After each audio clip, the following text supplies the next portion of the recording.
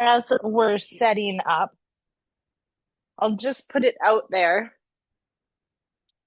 that if you have any questions, let's just hold them for the end. And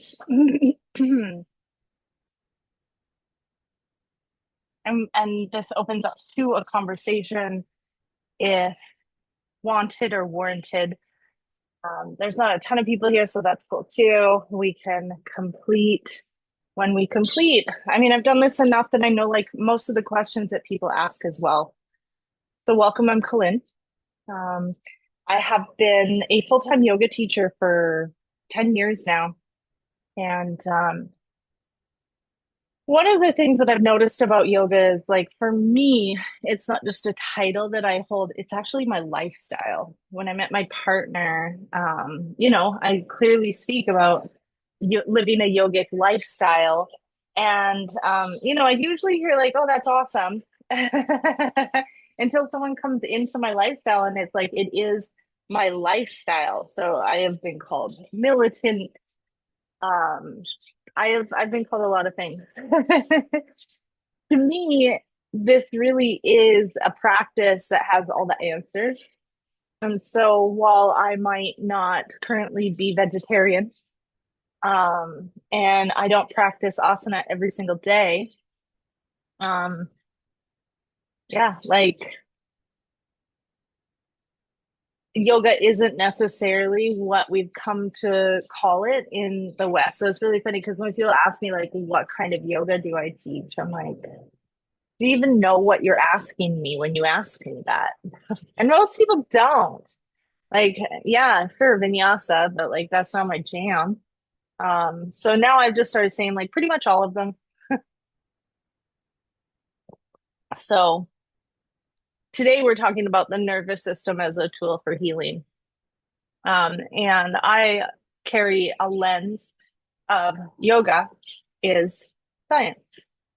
And so one of the things that I've come to believe is the fact that our nervous system is our ego. And when I hear like your ego's not your amigo, or we need to get past the ego or eliminate the ego, it's like, well, that's never going to happen. That was a part of your journey. I'm just looking at these people in the in the pool. I think they're making out, but whatever. Um, it's just you're never going to get past the ego. Like if you didn't have the ego, you wouldn't be an individual. Like the ego is something that we need. That I mean, we are all one. We are of the same, skin and world and problems. And so if we grew up with that, like that could be very beneficial to the earth, but at the same time, not to humanity, right? If we were all just like a cookie cutter version. So we need the ego. We need the ego to be independent, our own people, and to have different missions in life.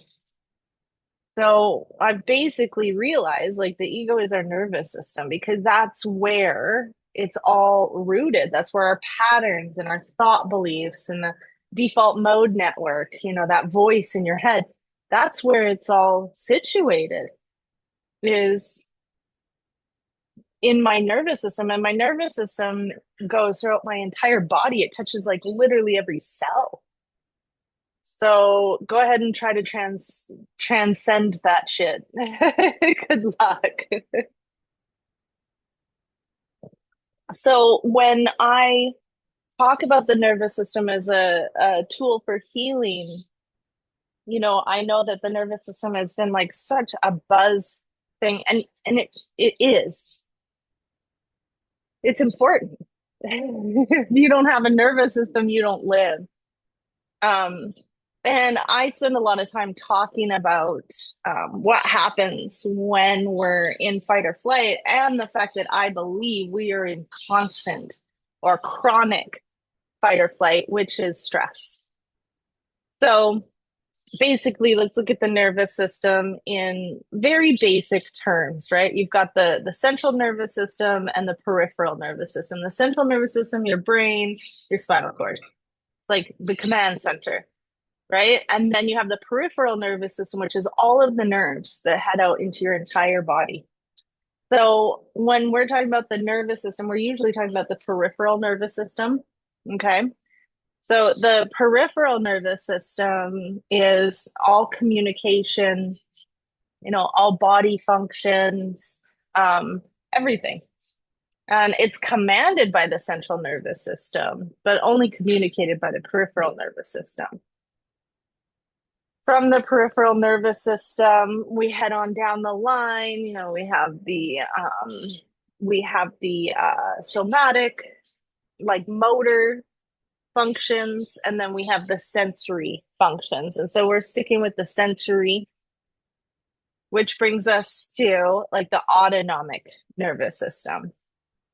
And within the autonomic nervous system, that then breaks down into like two plus kind of categories of the nervous system, which is the central or the sympathetic nervous system, fight or flight, or the parasympathetic nervous system, which is rest and digest, also sometimes like referred to as feed and breed. And if you think about those two, they're kind of like the scales of weight, those scales of the justice system. They're kind of like that's how it's enacted or activated. It's never like on or off, on fight or flight, off rest and digest. It's the degree of in which it is kind of like being used. So back in the day, cavemen, no language, definitely no like degrees, right? Not the most sharpest tools in the shed as part of our evolution. It's also the beginning. So the nervous system was like imperative to keep them alive.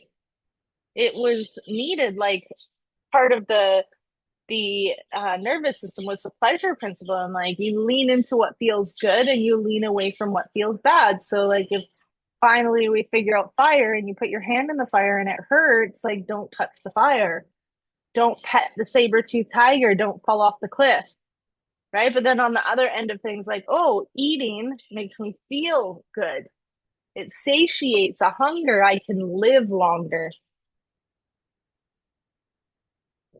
So the pleasure principle was like super important as a part of our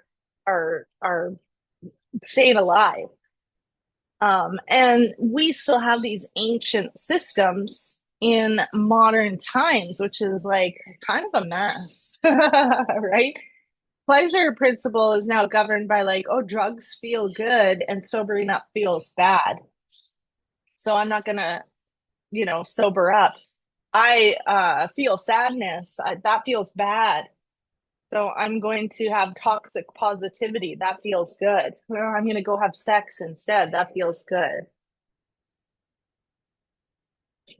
So when we give cues in our yoga classes, like, and we're starting to move away from alignment, which is unfortunate because the alignment we're moving away from really is aesthetic yoga.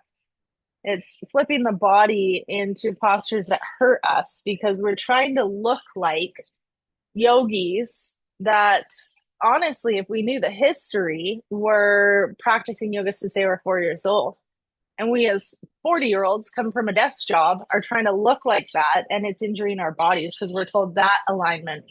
But that's not that's this is the problem of having so many yoga teachers in the market and not knowing about the body, like not even having a relationship to your own body. And we only ever teach at a level that we've met ourselves. So if you don't know your body and you're literally a body worker teaching people how to move and align their body, that's my recommendation is start learning about the body because it's really not safe that you're guiding people.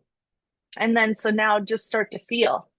And that's not the way that it was ever said or meant to be. It doesn't matter what you look like, it matters what you feel.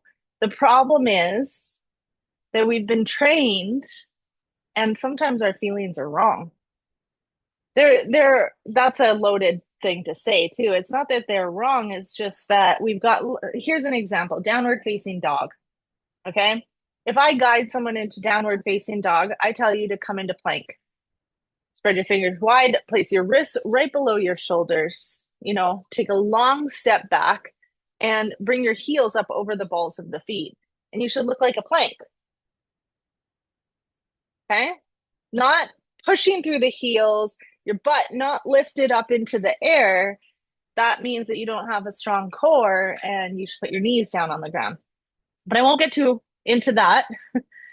So there, from that alignment, keep your hands and your feet right where they are and lift your hips up into the air. That's downward facing dog. What happens is most people think my heels need to touch the ground because when I look at a picture of a yogi, their heels are touching the ground. So they step their feet forward. And now your down dog is too short because when you float forward back into plank, you're out of alignment. And now you have to move and adjust. And the movement and the adjustment is not a stable foundation. And now you're at risk of injury. So you've been taught too short of a down dog, most people, for their entire yoga life. And now all of a sudden you've got me teaching you functional alignment, safe for your body. And then I say, like, add in a cue, like, do what feels right or feels good. Well, do you want to know what feels good for you? What you've done the entire time. So if I use that as a cue, you're going to put yourself back out of alignment and increase your risk for injury. Why? Because that's what feels good for you, because that's what you've been doing. So when you do something different, most people don't see that as still like being okay. They see it as bad because it's harder. And the way I'm going to cue you is to engage muscles. So then it's 10 times harder. And then spread your fingers and push into the knuckles. Like now you're engaging muscles you probably never use. So which one's more comfortable for you? The one that you know. So unfortunately, people don't know this. They're just like, oh, do what feels good. And it doesn't matter what it looks like, but it still does. What the transition is supposed to be is a transition from aesthetic yoga to functional, not just whatever the F you want to do with your body. Because unfortunately, people hurt themselves doing what they want all the time. Because if you're not in a relationship with your body, then your body like speaks to you, but you don't listen. And the only time you might listen is when you're in pain. So that's number one, how connecting to the nervous system, which is in your body, is a tool for healing. But like that's pretty minor. So that's why also we can't always just trust like that's what feels good because what feels good is drinking alcohol and ignoring my feelings. What feels good is having sex and bringing home money. Like, and there's not this direct correlation of the depression that I go into after a night of fueled by MDMA. Right? That was a great night, best night of my life. But the next day I was suicidal and wanted to kill myself and didn't get out of bed for 3 days. But Friday was the best night of my life. So I'll do it again. That's a direct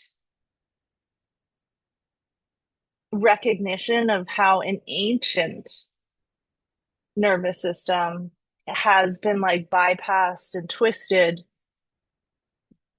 by the word feeling in a modern society. So hopefully this is starting to land. I know I just like went in and went for it. Now, there's a lot more to it overall when you are in sympathetic nervous system response, fight or flight, sympathetic to me being alive. That's how I always remember. When you're in a sympathetic nervous system response, there's a whole situation that happens with the body. Your pupils dilate, you stop releasing amylase in your mouth. Um, everything goes on to high alert and all energy is taken to where it's needed. So increased blood sugar, increased heart rate, increased respirate so that if you need to fight or freeze or anything, you can. Um, and on and on and on. Digestion slows, acid production increases, adrenaline is pumped into the body, corticosteroids are pumped into the body. All of these things great and helpful in a second, but imagine a chronic like application of increased heart rate. Your heart's a muscle. The muscle, the more that it's worked, the thicker and bigger it gets. And since that muscle is supposed to be pumping blood and have chambers inside of it, if it's getting thicker, then those chambers can't hold as much blood, which means that that blood, full of oxygen, the fuel for the body, will be stunted because now the tissues are starving because the blood being pumped out isn't as much as it should be because the heart is too thick to hold enough blood. So now the tissue demands more oxygen. So the heart rate goes up even more, which is leading essentially to right-sided heart failure, unfortunately. And this is how stress kills, because that's just one example of how this has a whole breakdown in the body that leads to organ failure. This is how stress kills. Even the increased production of blood glucose into the body that is there to be absorbed by the muscles for if I need to fight or run.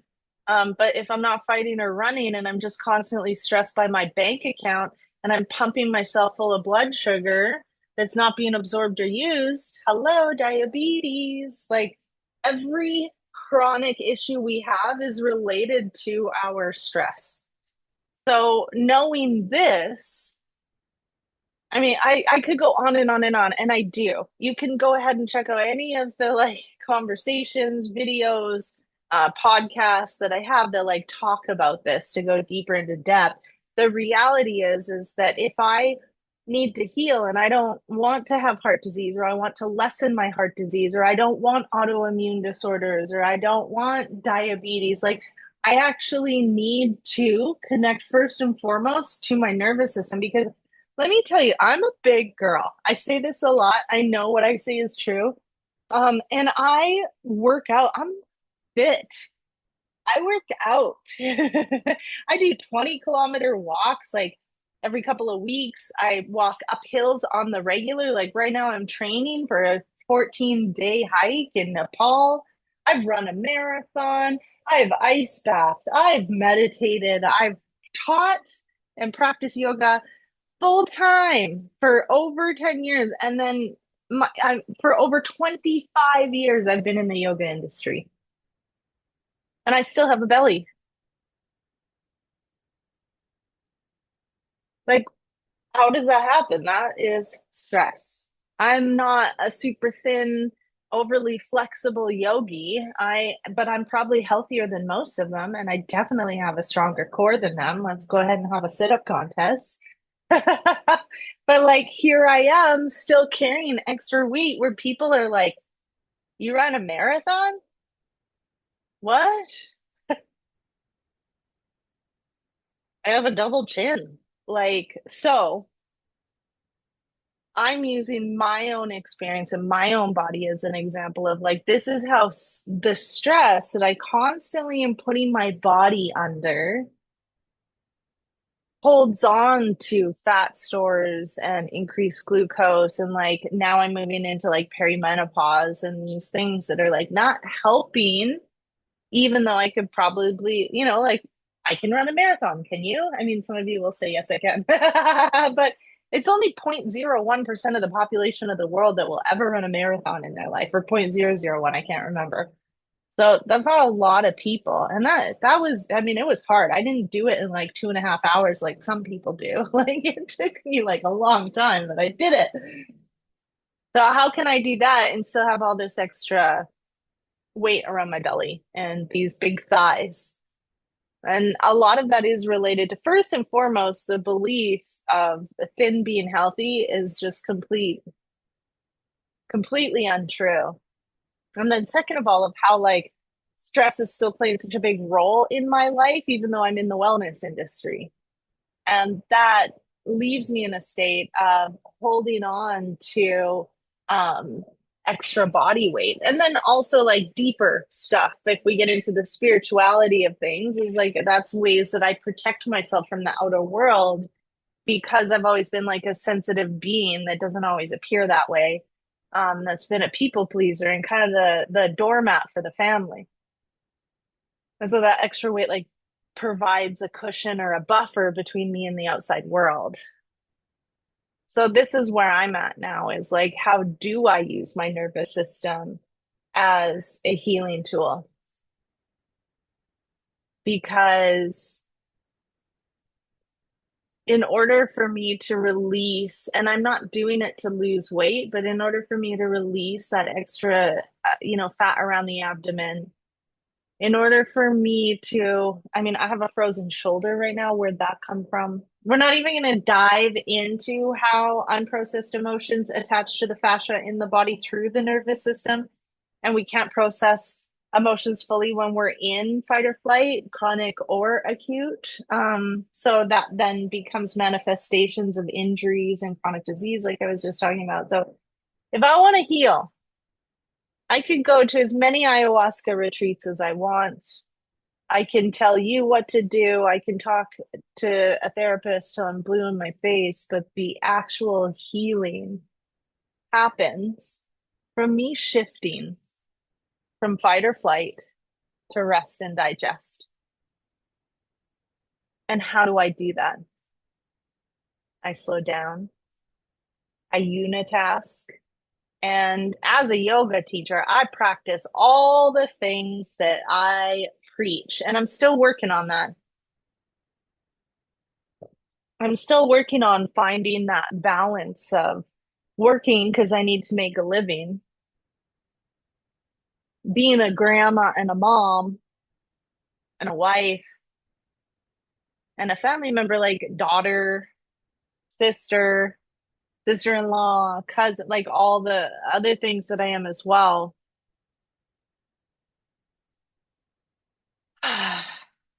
And taking time for myself. That's how I use my nervous system to heal. So I do something I am big into somatic yoga. It's a buzzword. I'm well aware. But regardless of buzzwords, the only thing is like what I find is like, oh yay, you caught up. Congratulations. So buzzwords kind of work for and against because by the time it becomes a buzzword, I've already like been teaching on it for some time. So I appreciate that. And somatic yoga is a buzzword right now, but I've been teaching it for years. The somatics of the situation are the feelings and also like the motor aspect, the muscles, the movement in our body. So it's directly correlated. Emotions are energy in motion in our body. And if we're not processing them, they're staying in here, but they never really stop. We talk about stuck energy. Imagine energy that doesn't stop but gets stuck. So it's still moving, it's still taking um, your time, your energy, your oxygen, your energy especially. And when we aren't processing emotions, they're still very active and moving in our body. This is why we become exhausted. Because how can you be holding 45 years of emotion? You're gonna burn out. That's just what's gonna happen because that much energy output to maintain a body full of emotion, it's it's called burnout, my friends. Welcome to it. So I run somatic retreats. I do several a year, usually in Costa Rica at Anamaya. And the first thing that ever happens, I get messages. Oh my God, I signed up for your retreat. I'm so excited. I followed you for years. I'm so excited to meet you. I'm so excited to spend time doing somatic yoga and blah, blah, blah, blah, blah, blah, blah. And then we come and guess what? I lose more than half the retreat by Wednesday. The same people sending me messages about how excited they are to learn about somatics, and then they can't take slowing down and actually practicing somatics. I see somatics being sold online and they're like vinyasa. How are you dealing with the emotions in your body if you're going to an incredibly fast-paced class in which you're breathing hard and not actually like you're so busy trying to keep up to the rest of the class? How are you healing anything? I won't get on my shit talking of vinyasa, but anyone that knows me knows that like modern day vinyasa, it's not really yoga at all. It's just aerobics packaged in polyester pants. My friends, I'm not against aerobics. I'm against aerobics that say they're healing you. In ways, yes, exercise is important for our mental health, but so are other things. So is rest. So is healthy eating. And we can't rest properly if we are exhausted, if we're in chronic fight or flight. So, the way that our nervous system is a tool for health is to recognize this and to slow down. And that's, I mean, like literally just slow down, take a restorative class, do some meditation, journal, sit down and don't do anything. Don't read, don't listen to music, don't listen to a podcast, don't journal, don't talk to anybody. Just sit down and do absolutely nothing. Set an alarm, 30 minutes. You're welcome. That is somatic yoga. Throwing a purposeful temper tantrum while focusing on always being your mother's kicking ball. That's somatic yoga. A restorative class, that's somatic yoga. Yin class, that's somatic yoga. Grounding, just feeling the ground below you, that's somatic yoga. That's how you heal. Unitasking, one thing at a time, that's somatic yoga. You can heal, but it means doing something different. And just like a longer down dog, it might not feel natural. I hear all the time, I'm so bad at meditation. It's like, how can you be bad at meditation? Want to know how you're bad at meditation? Because you don't do it. That's it. If you sat down for 20 minutes and didn't do anything, you just meditate. I don't care if your eyes are open or if you were chanting, like you just did it. There's no good, there's no bad. Your mind was all over the place. Great. You noticed that. That is meditation.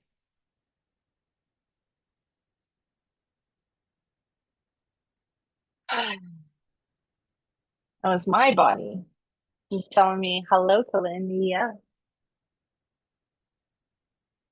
That's how we use our nervous system as a tool for healing. To heal means to slow down and to pay attention and to process your emotions. And there are many practices. Yoga, that's why yoga literally is somatic yoga. There are so many practices that are taught by yoga that help us to process our emotions, to keep our bodies supple, to keep our minds strong and focused. And you're out doing vinyasa. You can do both. Don't get me wrong, but you can't just do vinyasa. That's not somatic yoga. That's aerobics and breathing hard. So I am thinking this is where I'm going to stop. There's so much more. I mean, my all of my teacher trainings are focused 100% on somatic and trauma informed yoga. They always have been. And I would love you to support you in going even deeper. I have a super cool subscription program, 297 a month, access to everything, everything, so that you can take this into the world and you can support others in like healing their stuff as well. But I am like a total promoter of experiential practice. You cannot do this for others. You cannot hold this space for others if you do not hold this space for yourself first. And it doesn't mean you come to a place where you're healed and everything's great and perfect. It just means that you come to a place eventually of recognizing that this is a journey and that you are not broken, period. And once you realize that, then you stop thinking you're a healer of other people. You recognize that there's only one person that you can heal, and it's you. And that by recognizing that, you now recognize the healer in everyone. And you can hold the space for others to heal themselves because you can't heal them. And one of the tools, one of the ways that we can offer this is by bringing attention to the nervous system, making people more aware. Yeah, when you slow down, you're not going to feel better. You're going to feel worse because you're going to finally stop running away from what's been chasing you all this time. And you're going to face it head on. And it's scary and it's sad and it's angering and it's all of the things. But it's what you need to do in order to stop having frozen shoulders and excess abdomen fat and exhaustion. Slow down. All right. So I'm going to open up to any questions, comments, or even, um, just additions to add on if ever anyone's feeling it. And also for anyone just like catching this after, feel free to comment, message me, and we can always start that conversation. So I don't see anybody putting their hands up. So I know it's a lot to absorb. Let's just start by absorbing and we'll continue the conversation always. Check out all my stuff that I've got going on. I have a pretty cool little podcast on my app, the Inclusive Yogic Path, in which you can access the podcast Yoga is Science for free. And that's what I got for you, friends. Thank you for being here. And I will see you next month.